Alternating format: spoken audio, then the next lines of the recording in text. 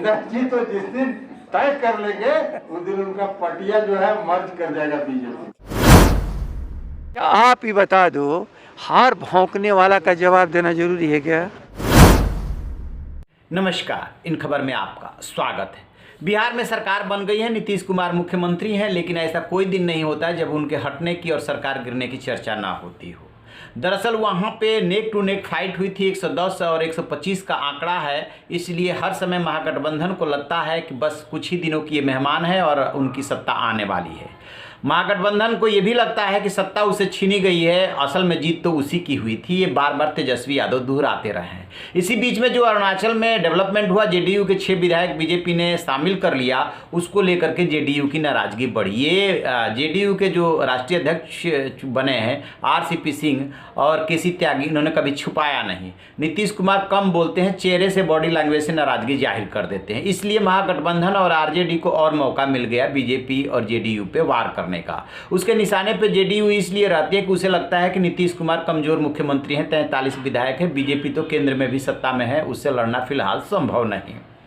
इसी बीच में क्या हुआ कि जो बिहार के बीजेपी के प्रभारी है भूपेंद्र यादव, वो जाकर के आरसीपी सिंह से मिले और उन्हें बधाई दिया। यानी कि माहौल को जो टेंशन हो गया था उसको ईजी करने की कोशिश किया गया। महानगर बीजेपी की जो मीटिंग हुई उसमें भूपेंद्र यादव ने कहा कि आप लोगों को परेशान होने की ज़रूरत नहीं है, ये मकर संक्रांति के बाद आरजेडी टूट जाएगी। और एक तरह से आरजेडी पे उन्होंने मनोवैज्ञानिक दबाव बनाने की कोशिश की। इसके बारे में जब पूछा गया लल्लन सिंह से, जो कि जेडीयू के बड़े नेता हैं, यानी कि नीतीश कुमार के यदि आरसीपी सिंह राइट हैंड है तो उन्हें लेफ्ट हैंड तो कह ही सकते हैं। वैसे ये कहना बड़ा मुश्किल है कि कौन राइट है कौन लेफ्ट है, क्योंकि दोनों जो है एक ही टक्कर के हैं, दोनों नीतीश के बहुत नज़दीकी हैं।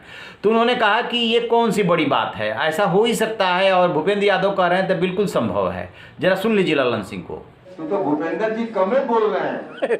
भूपेंद्र जी तो जिस दिन तय कर लेंगे उस दिन उनका पटिया जो है मर्ज कर जाएगा बीजेपी।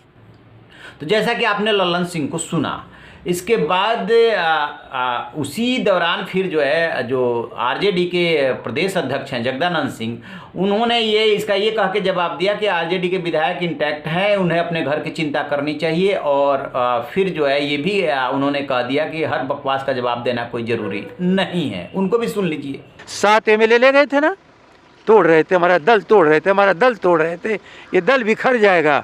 1 नंबर की पार्टी, सारे हमारे मुस्तैद हैं एमएलए, जनता की समस्या को लेकर के लड़ने वाले, राज्य हित में हमारे सभी विधायक मजबूती के साथ खड़े हैं। अच्छा आप ही बता दो, हार भौंकने वाला का जवाब देना जरूरी है क्या?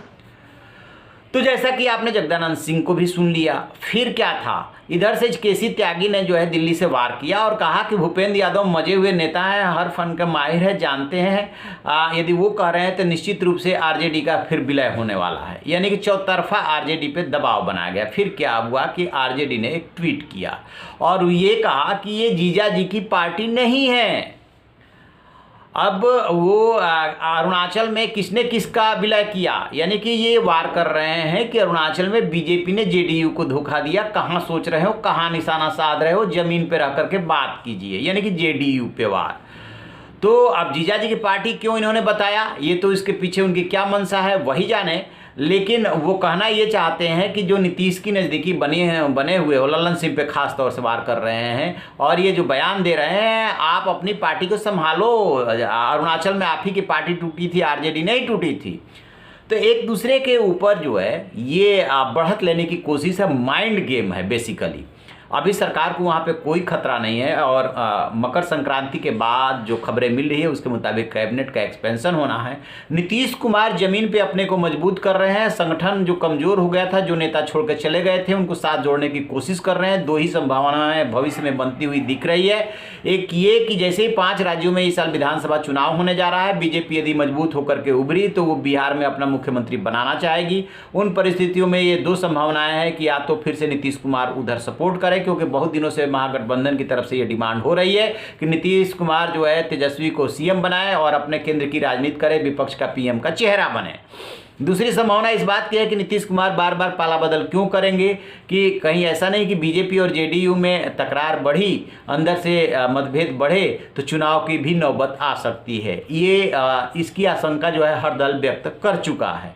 तो यही दोनों संभावनाएं हैं। बहरहाल फिलहाल जो ये हो रहा है बिहार में एक दूसरे के ऊपर वार, वो मनोवैज्ञानिक बढ़त लेने की कोशिश है, इससे ज़्यादा अभी कुछ नहीं। तो आप रहिए ना बेखबर, देखते रहिए इन खबर। Thank you. इन खबर चैनल को सब्सक्राइब करें।